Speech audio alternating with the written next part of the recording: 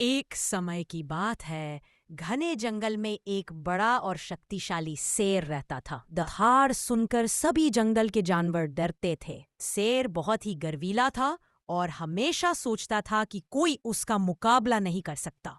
उसी जंगल में एक चालाक और चतुर लोमड़ी भी रहती थी। लोमड़ी अपने तेज दिमाग और चालाकी के लिए जानी जाती थी। वह हमेशा छोटी छोटी समस्याओं का समाधान सोच लेती थी और जानवरों की मदद भी करती थी।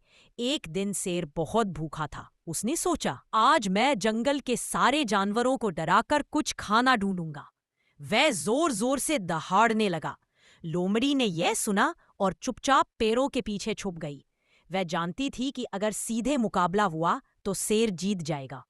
लोमड़ी ने सोचा, अगर मैं शेर को चतुराई से फंसा दूं तो मैं सुरक्षित रह सकती हूं और शेर भी सीख सकता है।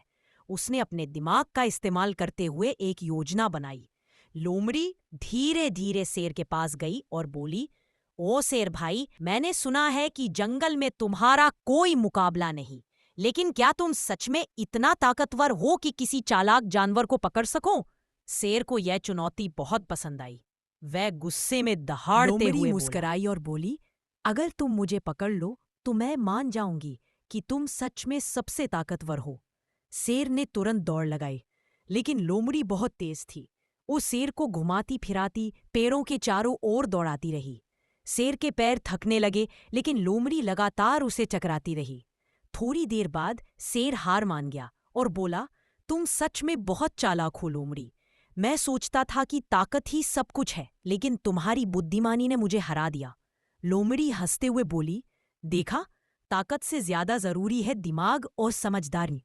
जो चतुर होता है वही मुश्किल समय में सुरक्षित रहता है।